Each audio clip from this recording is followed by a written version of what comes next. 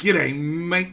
Welcome to, you guessed it, maybe, unless you've been living under a rock, we finally have some Friday Facts. We got Friday Facts 367, and I've got a Mojo. How you doing? Oh, hi. Hi. I would have said you guessed it from the title, but that's just me.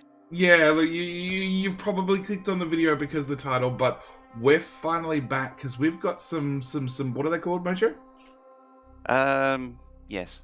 Oh, he's not going to do it. Yeah, we've got some Friday Facts. Okay. Right. That's there you go. the one. There we go. Okay. So this one's done by Clonan, which is their community manager. Kovarex, who is like the big boss. And then we have V, the arts guy. So we should have a little bit of text, a little bit of art, hopefully.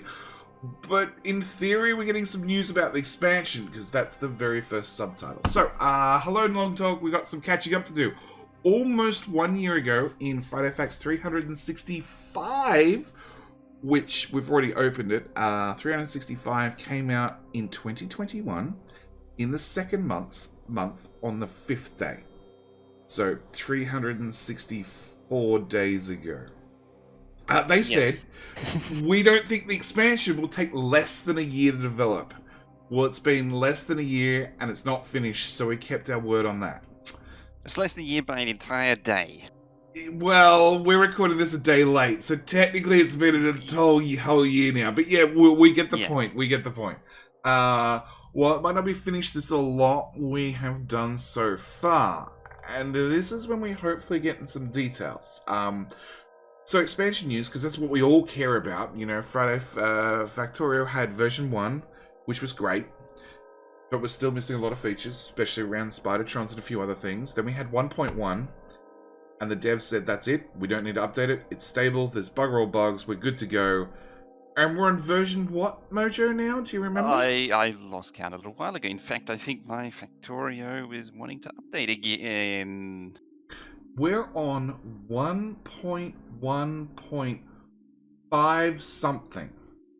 53, according to Steam. 53? I thought it was 54. But yes, there has been a number of updates because, one, they keep adding APO features, okay? And two, people keep finding bugs.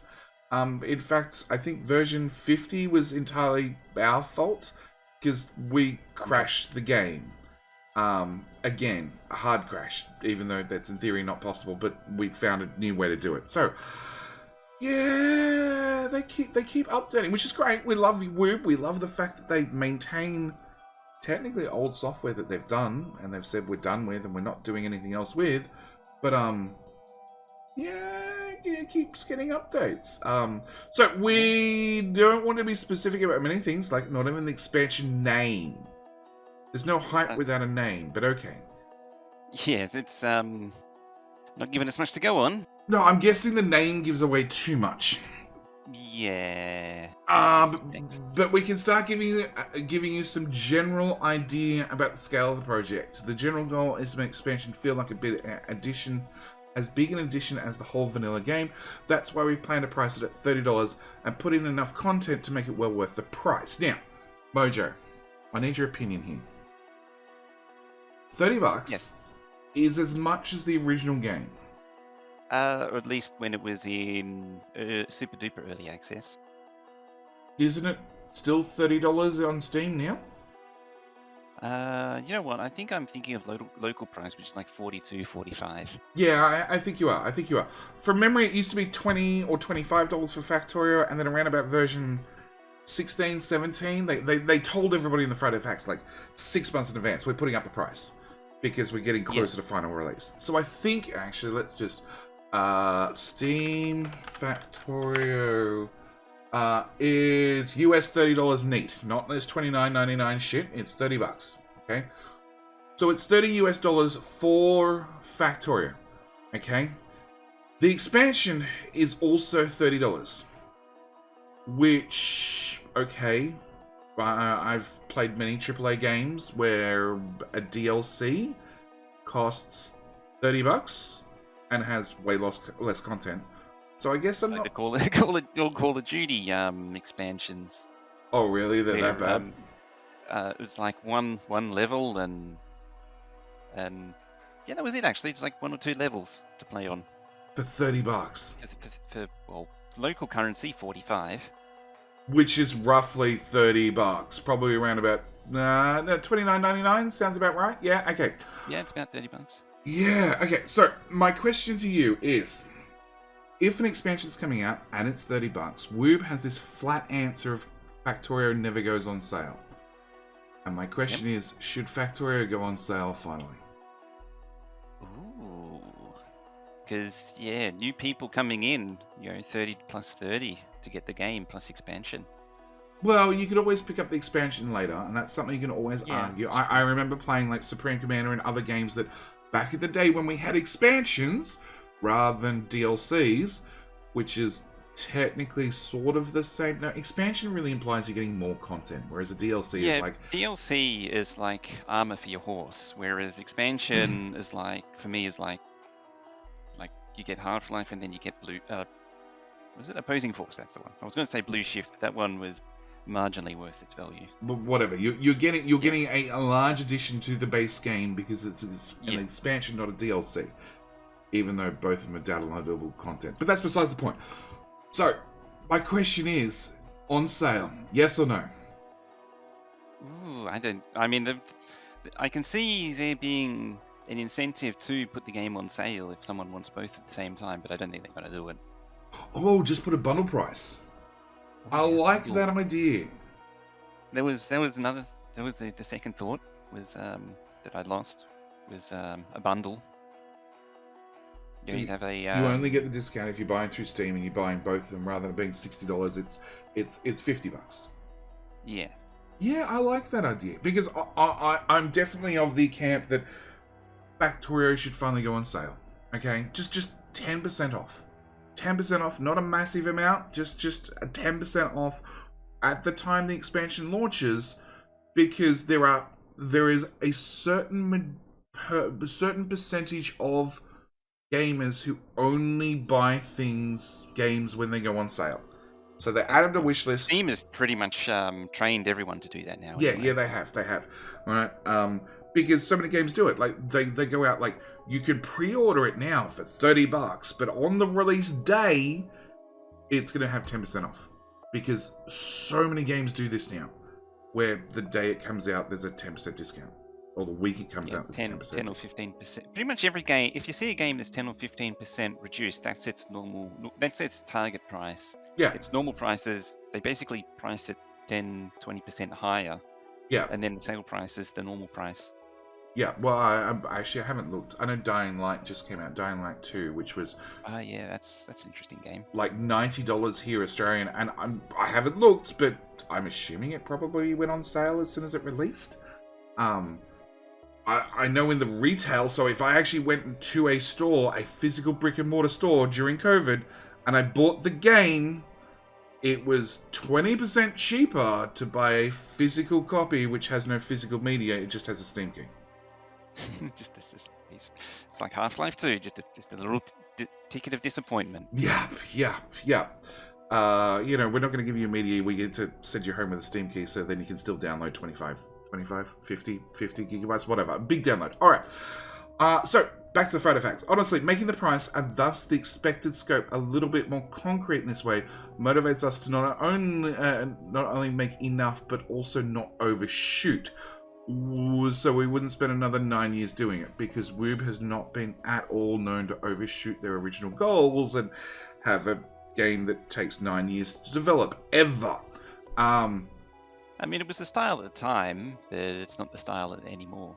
No, lots of games now go into early access, and it's like, we're going to be in early access for 12 months, no more, and then full release. Maybe 18 months. It's just reminded, Ark is still, I think, technically... they officially released, but they're still technically early access. Isn't another one I was thinking of.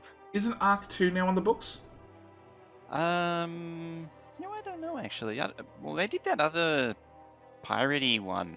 Did they? Completely... I completely forgot the name of it, because it completely fell flat on its face, because it was a reskin of... Excellent. They should have sold it as a DLC. Yep. 7 Days to Die, yeah, that's still in early access. Been in early access Oh, no. for it's one of the longest running ones. 7 Days to Die, I'm playing it currently over at Twitch. If you want to see JD die to zombies, the links are always down in the description. 7 Days to Die feels like early access. 100%. It is early access still. It feels like it's in Alpha 20. Yeah. And it feels like Alpha 20. And it plays like Alpha 20. Like if you want, it's actually interesting because we're now more than 10 years past 2011, where every game was an early access game doing the Minecraft thing. Like if you want a slice of 2011, 7 Days to Die is the best way to experience it. Well, it's weird. Okay, 7 Days to Die was completely off tangent. Surprise, surprise. Welcome to the Friday Facts with Jenny and Mojo. Welcome to FFFs. We talk about everything except the FFF. But I do my best. 7 Days to Die actually pushes my 3070 harder than AAA first-person shooter games. And it Just has like early access games. shitty graphics. Like Back 4 Blood played better than 7 Days to Die. And Back 4 Blood's at least pretty in its score. 7 Days to Die, very not. Very not.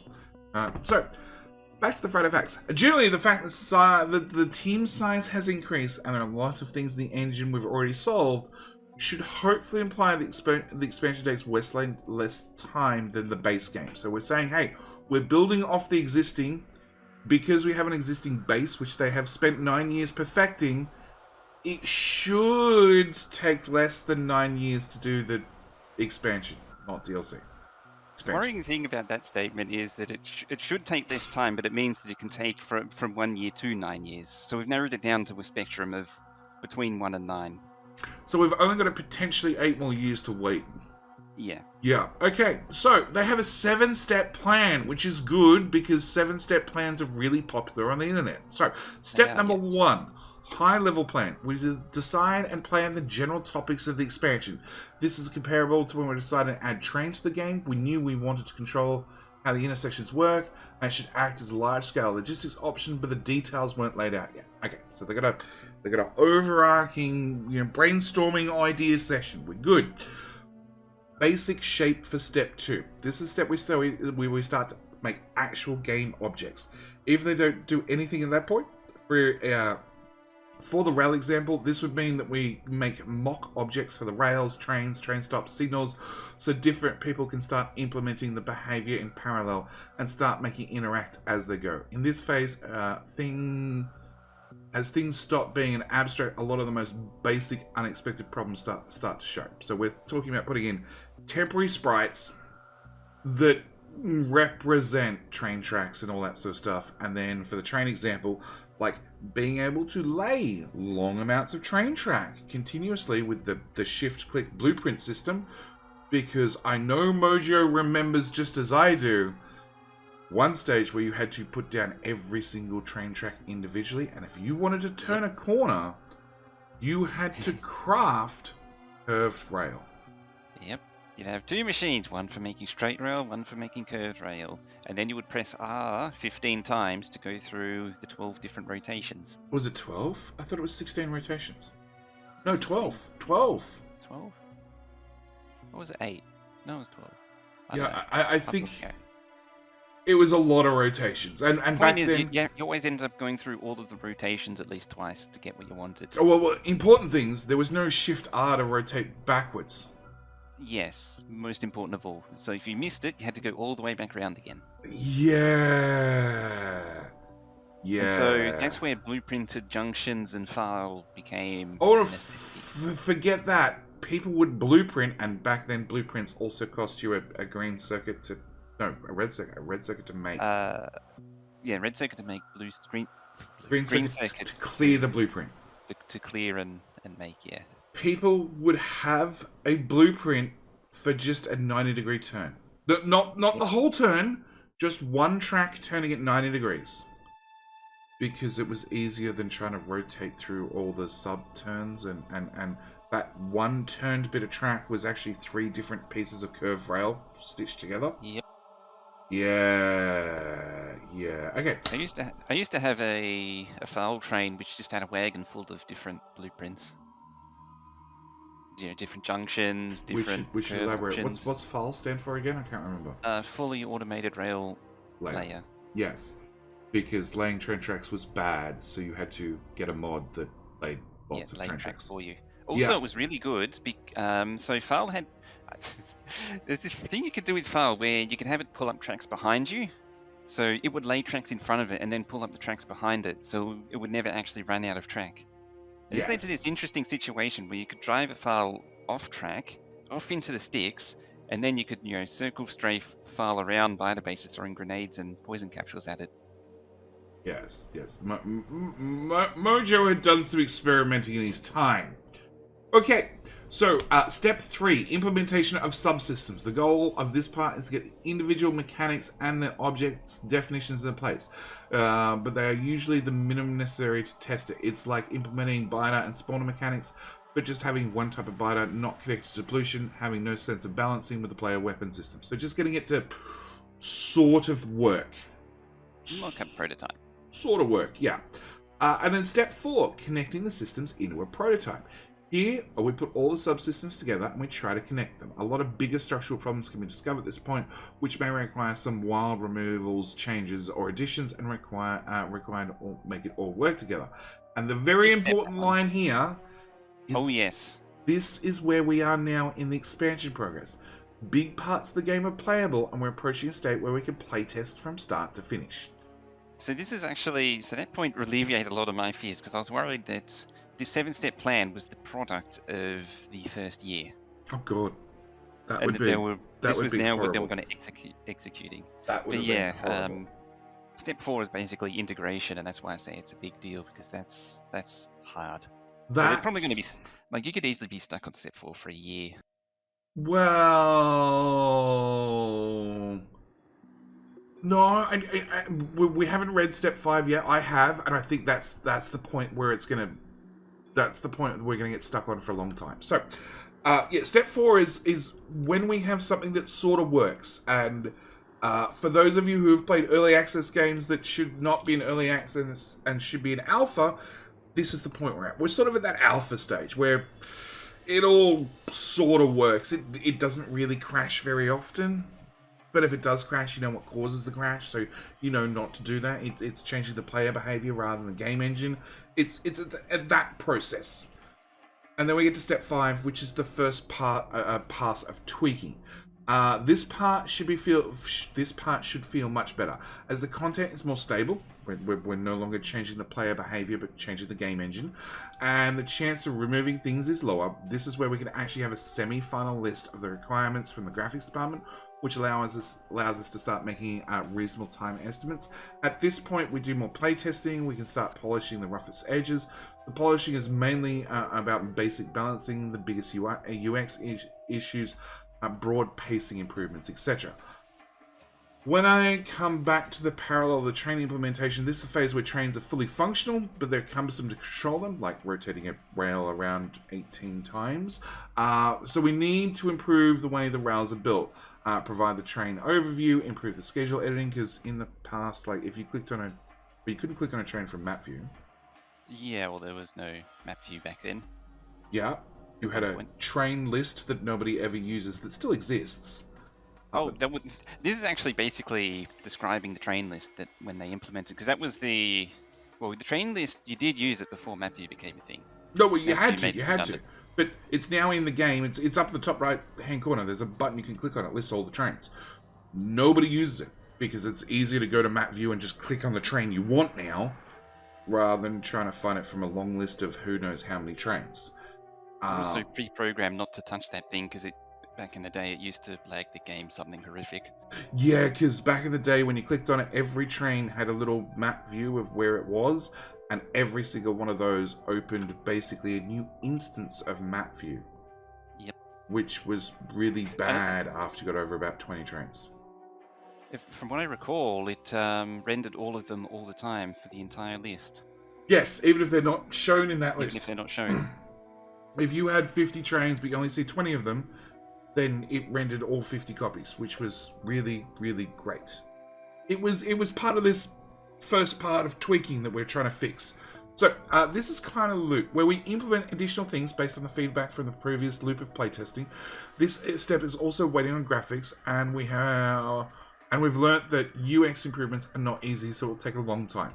So, this is the part that they're about to start, step number 5, which is where we play through the whole game. We make some notes as we go. We then change things up according to what we've learnt from our last playtest, and then after they're implemented, we playtest it again, and again, and again, and again. And then eventually all the graphics get loaded in, all the UX gets made and loaded in, and then hopefully they get something that they're pretty happy with. But it's dependent on how long the graphics take to get made, which unfortunately is, myself and Mojo both know graphics are not fast, and even Woob admits it, right? Yes. Right. Yes. Graphics are not quick and easy to do. Also, was it blueprints? The blueprint library. The blueprint library took a long time for Woob to do, because although they planned it out from a grand scale back up higher, step 1, step 2, step 3, when it actually came to making the graphics, they changed things along the way. So then they had to redesign it. And didn't we have an implementation of the blueprint library, which was an upgrade from the original, that then got scrapped and rebuilt entirely? Yeah, I think that was related to the one of the UI rebuilds. I paused there because there's been several UI rebuilds. There has been. On top of that, there's also like the player inventory screen that they had a mock-up a long time in previously, and then it took a long time to actually make it to the game because it went through a revision or two, and the UX got scrapped and then redone, and it takes time.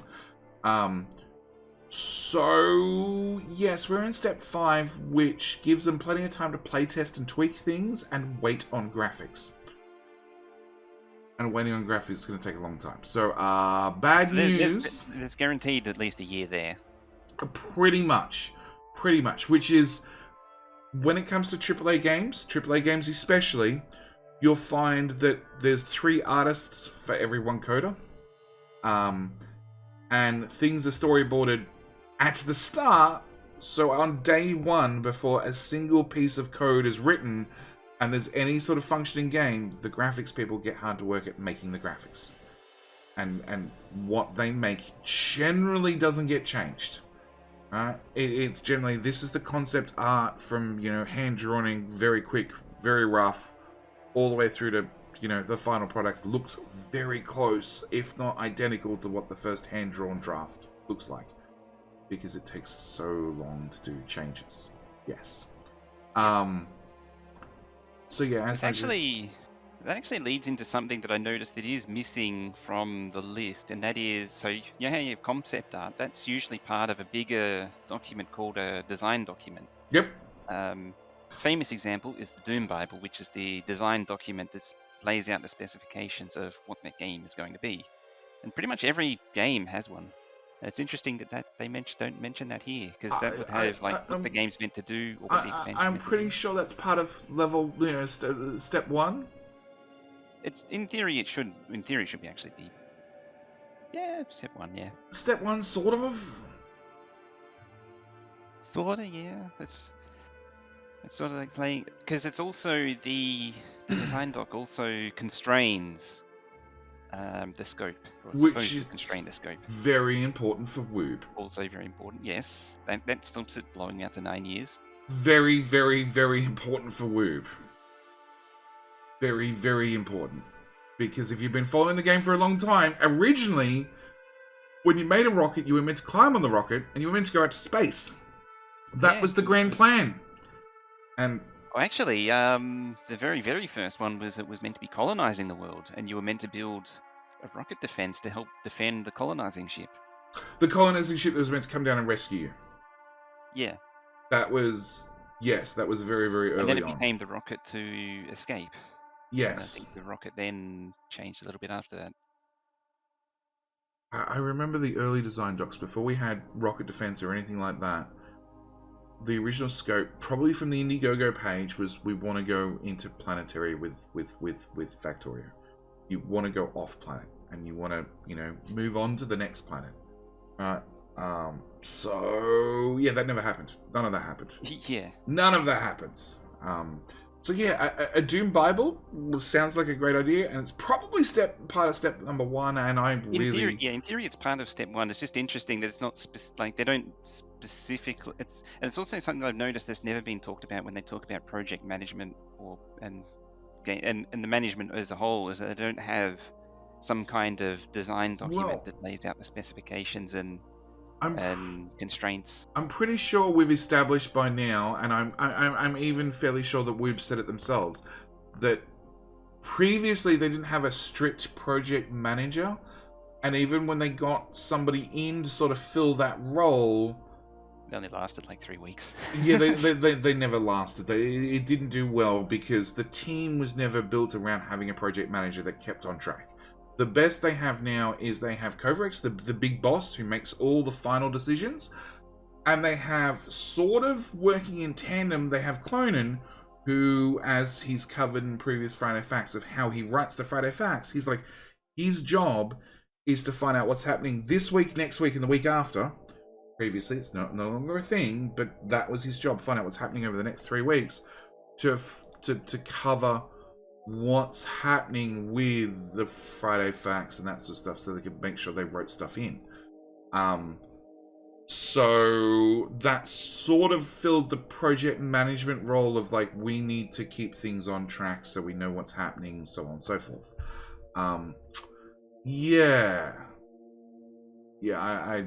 We would definitely benefit from a strict project manager, although I think because the way the team's built, I don't think it would work in the long run, as I'm pretty sure has been proven. Yeah. So yeah, we're waiting on graphics. We're going to do playtesting. I'm pretty sure Mojo is right. That's going to take probably a year. I reckon we're still at least a year out. A year out, yeah. So then step 6, the beta test. At this point, most of the graphics are in place. The game is fully playable. When the game feels close to finish, we can tweak the final details, like new simulation screens, tips and tricks, achievements, so on and so forth. We can also invite a limited number of players to help us find the most obvious bugs. We also want to invite some of the mod makers to help us test the modding API, and then let them prepare for release. The same goes for our top community translators, proofreaders on Crowd-In. So if you want to copy the expansion, you want to play it before everybody else, obviously, you should have translated the shit out of Factorio previously. Yes, come from one of those little, be from one of those weirdo little European countries so you can translate it into your native language, and then you'll get reading. Yeah, we should have both been in there and translating it into Australian. Yeah. We should have had Australian Factorio. Look, somebody needs to go make an account on Crowd-In and offer to translate Factorio into pirate. Yarr, matey, I speak good pirate. Okay, Mojo, never do that again. Alright, step number 7, release. So, the tricky part is we want to release basically directly to stable, without an experimental phase, like when we released 1.0. The reason is the obvious problem we would have otherwise. Experimental release is not interesting to many people, but by the time it becomes officially stable, it's old news and nobody cares. Hopefully the focus on automated tests and beta testing should make it smooth enough. So, step 7. Step 7 is an important one. They want to go straight to stable, which is great. I'm fully for it. And they do have a point that early access brings in lower players.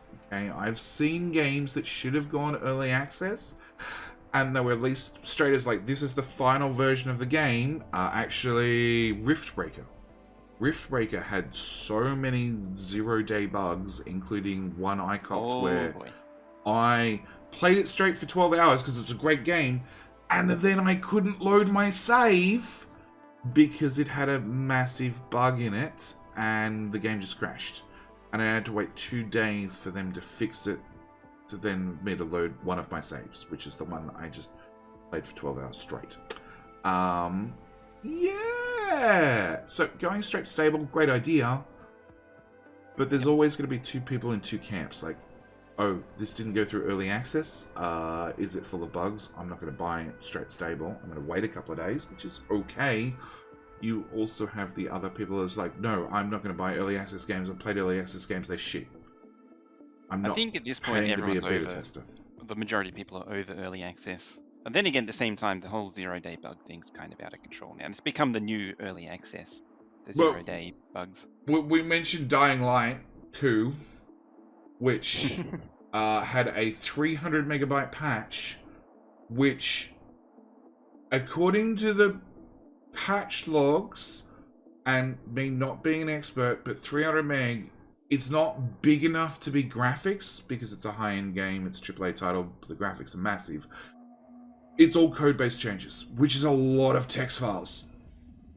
It's a lot of files that got replaced and updated and merged on a zero-day patch. Yeah, that's massive. So yeah, that's a thing. So it's really hard to decide whether whether going straight to stable or experimental / early access is a good idea. I do think, and this is not the fault of Woob per se, but definitely a fault of how media likes catchy titles. When they released the 1.0, they released it. It was great. Everybody for the community knew exactly what they were getting, except they titled the Friday Facts that accompanied it with like, we've got 30 bugs in the whole game, and it's good enough. We're releasing it stable, and everybody picked it up as, oh, this company that's been early access for 9 years releases a game full of bugs. Like, hang on, 30 known bugs? No, that's really, really low compared to any game. Forget zero-day patches and everything else. Like any game, it's impressive. I've been trying to think. I think it was Call of Duty Warzone. You couldn't actually play it when it released. Was that the newest one? Yeah, well, the most recent. Yeah, the newest one that got released a couple of months ago. Yeah, a couple of months ago. No, those that had played the free beta weekends and that sort of stuff had a less buggy experience when they were playtesting the servers and doing the open beta weekends than when afterwards they bought the game. Yes. High quality products right there. Yep. So, look, I wish Woob luck. I think the beta test should go fine. They've proven themselves to like weed out bugs pretty quickly, and the automated test stuff is pretty good now. Yeah, and not only that, they have a pretty good QA team for finding bugs. Also, it's not only that, but there's certain members of my community, Mojo's community, other communities that have source code access and fix things that they notice, right? Like the two that come to the top of my mind is Hornweiser and Muppet. Hornweiser improved all the Factorio multiplayer by, I think the grand total was 4 milliseconds, because he just found that there was a small offset in how multiplayer was handled between a player and a dedicated server, and he just dropped everybody's latency by 4 milliseconds, right? Just because of two relatively minor changes. And then Muppet's another one who we presented him recently with a save that hard crashed Factorio, which shouldn't be possible. And after he dug into it a little bit, he found out exactly what the problem was. Got to talk to one of the devs, who then the two of them worked out exactly what the problem was. And then it was fixed within a couple of days. So, yeah, the Factorio community is very, very good at weeding out bugs, mainly because they know the devs will fix them. The devs really, really will fix them. They're open and receptive. Yeah. So the release strategy. The original plan of just releasing expansions and big updates sounded very natural. We imagined that 1.1 would become completely stable. We wouldn't have to worry about it, and we could just focus on the new versions. However, this proved not actually to be possible, and maintaining both versions is just more work. On top of that, the huge refactors we made in our current master branch means made the process of merging fixes and changing to 1.1 quite painful. Also, if we wanted to change anything structural, we'd have to keep the migrations from 1.1 forever. We'd also need to support the 1.1 map version loading indefinitely. This led to a different plan. We'll release 1.2 update to the base game, and the expansion will be based on the same version and will also contain the expansion mod. The executables will be slightly different, so you couldn't just install the expansion mod without having the expansion executable, but other than that, the code will be identical. So, just pause for a second. So we're going to have 1.15839 we're up to now. That's going to update to 39, sounds about right. yeah. Whatever version we end up being by the time the expansion finally gets released in another year, we could get to 1.999987 because they just run out of numbers and they don't want to go to 1.2 just yet. But we're going to go from 1. Whatever to 1.2. And then they're saying at 1.2, they will possibly stop updating the base game? Possibly, question mark, question mark? Yup. Or the mod, the mod. The expansion and the base game will both be running on 1.2 code base. And this is where it gets a little bit tricky in the next couple of sentences. And any updates happen to the 1.2 affect the mod, because the next sentence says it has some very nice implementations. Yep. The expansion content will be just not a normal mod that you can actually turn off. So you can easily play a non-expansion playthrough if you want to. Since the versions are compatible, the expansion version can connect to a non-expansion multiplayer games by disabling the expansion mod. All the changes to game, modding, and scripting API can just be done once, so we don't have to keep two versions of Lua documents, for example. Lots of the new quality of life and other improvements be prepared for the expansion will just appear for everybody, so the expansion will be strictly about the new content and mechanics. So, we're going to update everybody from 1.1 to 1.2. And then we're going to maintain and improve 1.2 only. And the expansion being the graphics, the, I don't know, being able to sail ships, being able to fly into space, being able to have fighters that fly through the air, any of those features which Being require... able to cook fish? Huh? Being able to cook fish? Oh, cook fish, of course. That's very, very important. We have stone furnaces. We should be able to put fish on one line with some wood, cook them up, fry them up, get extra hit points out the other end. So, all those things that require extra graphics or a slight change to the way things work will get put into a mod, and then the mod will interface with the base game in air quotes through either the API or just normal Lua scripting. So that should work? So the way I interpret it is the expansion is effectively just a big giant mod that you can load using mods, using the mod loader. The expansion shows up in the mod list as a mod. The expansion requires the base game executable plus a second executable, which says you're awesome and you paid twice the amount for Factorio because you have the expansion executable.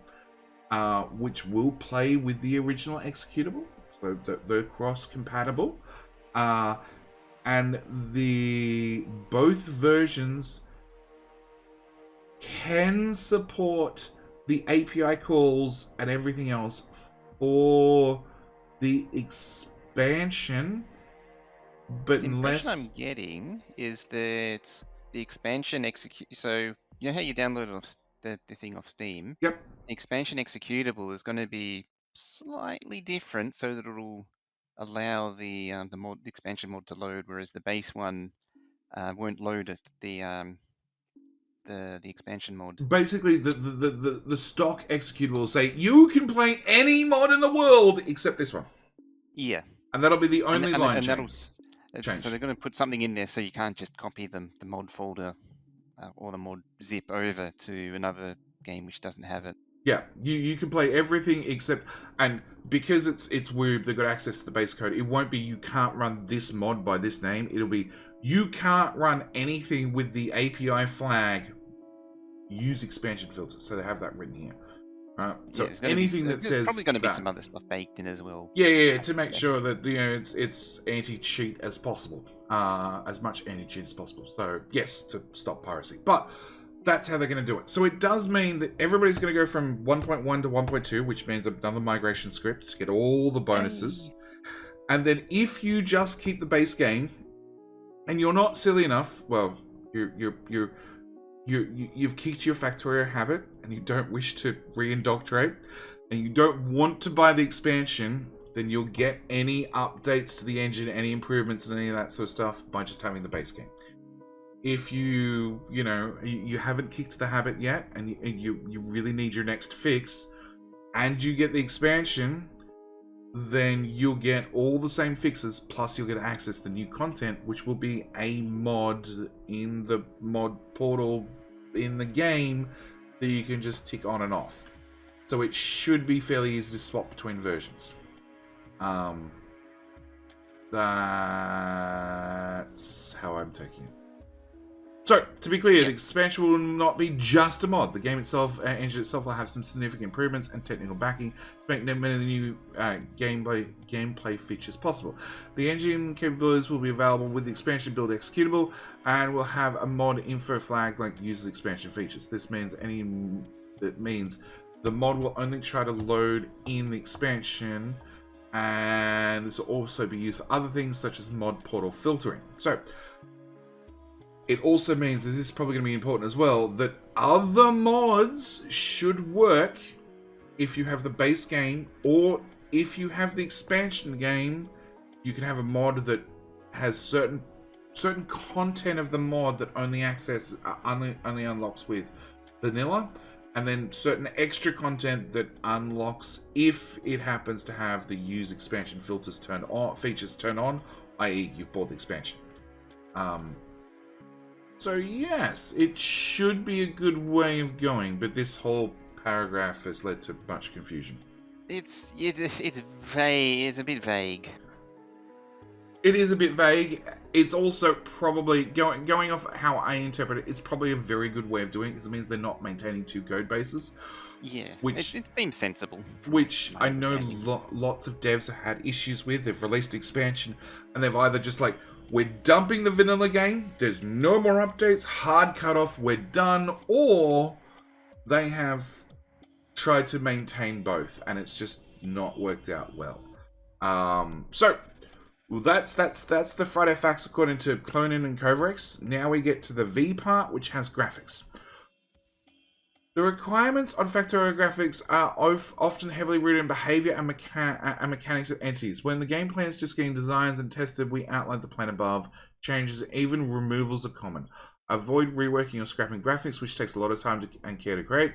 We want to try working on things with the most solidified gameplay mechanics first, or improvements that don't chase mechanics at all.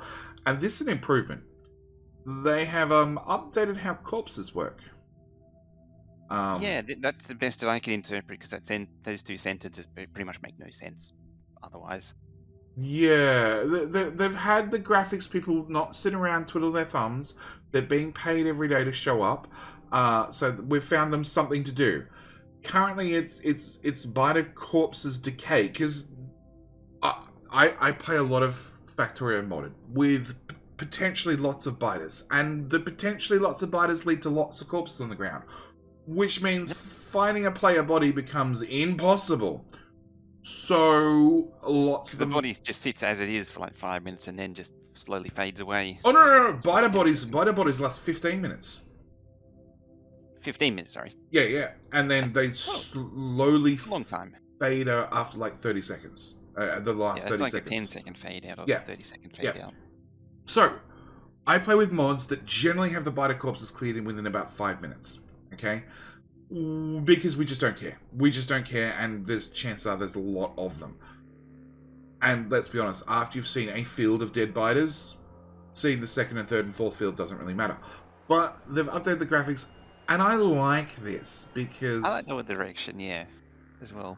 Yeah, there's the spawners actually have like explosive and the decay levels, and it's much better than them just sitting there out in the sun for 15 minutes and then they slowly just fade to nothing.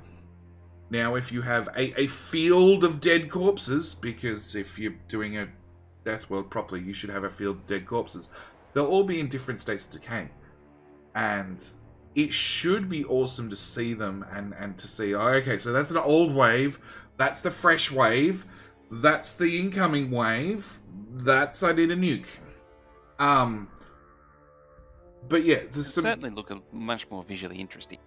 Yes, some serious work has been done, and I do like the fact that like the spawner has, I don't know what you'd call it, tree bits, bamboo growing through it at some stage, and the worm definitely looks like it has some sort of internal skeletal structure. Yes. Yeah, it's got something going on. It's like and also the I can't think of the term. The armor plating, it's sort of broken and peeled away as well. Yeah. It looked like it fought hard and died well, or just died well. Yeah, died well. Important thing is it died. Very, very important. I'm also wondering how a nuke is going to affect all of this. And this was pointed out as well. We now have the so we had the biter creep, I guess, underneath the spawners, etc. Which was a fairly recent addition. But it looks like there's an update. We can now see between the spawner and the worm, right in the top middle of the screen. There now looks like the ground has been opened up with maggots. Yeah, it's like little larvae maggots going on there. Yeah, it's something. Also, I'm not sure, because we did cover a long time ago, previous Friday Facts, the way they made the ground artifacts look for the creep. And it was many layered doodads and different things on top of one another to give the ground effect the look it has. This looks different.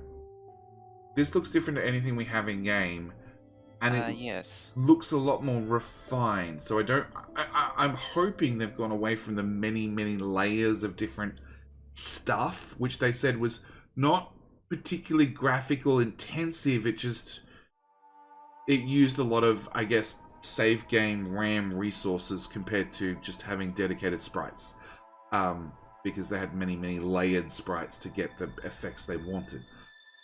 So I'm hoping the graphics department's been doing that as well, and we've got a little bit more less intensive ground cover. Yeah, it looks like there's something going on, but at the same time, it's not disappearing with the database. But the current one doesn't disappear with the databases. Yeah, well, that was, yeah. Yeah. That was one of my annoyances, is that you kill the database. You'd think the stuff that's there would die off. Would die off and decay, and you'd go back to green grass. And yeah, I it needs to be an option, a tick box option, maybe. Or like in Crastoria, I think it's Crastoria, where you can actually pick up the creep off the ground. With the shovel. Creep shovel. Yeah, a flamethrower. Pick it up with a flamethrower by lighting it on fire, and then it's not an issue. Yep. Yeah. Oh, it's just like the flammable oils mod. You light it on fire and it spreads. Oh, yes. That leads to some embarrassing situations if your refinery ever catches on fire. Anyway, the next part, we have a new concept art of new stuff, which I'm going to zoom out slightly so we can see the... sorry, what did we decide this was called, Mojo? You called it the Sexapod. Yeah, Sexapod, because it has 6 tentacles. I was trying to think as well. You know how people keep saying they need more pylons because you're always out of. Yep. Well, now the biters are fighting back. They're spawning more overlords. Oh god. Very farty overlords, because you can see. Yeah, full of wind and windy overlords. And dripping like they're out of your favorite Japanese comic. Yes. Yeah. You know who you are, you weeb. Tentacles. Yep. I've seen the internet. I've seen what sort of stuff you look at in your private time. Sheesh. Okay. So, concept art. It looks like we're finally going to have flying biters. It's well overdue. We need flying biters. We need swimming biters. We need things that mean cliffs are not impassable terrain, and we can have a threat from that direction. It doesn't have to be super powerful. It just needs to come in and avoid walls and frontline defenses and flank you and keep you on your toes. Because that's what the whole job of biters are. To keep you on your toes.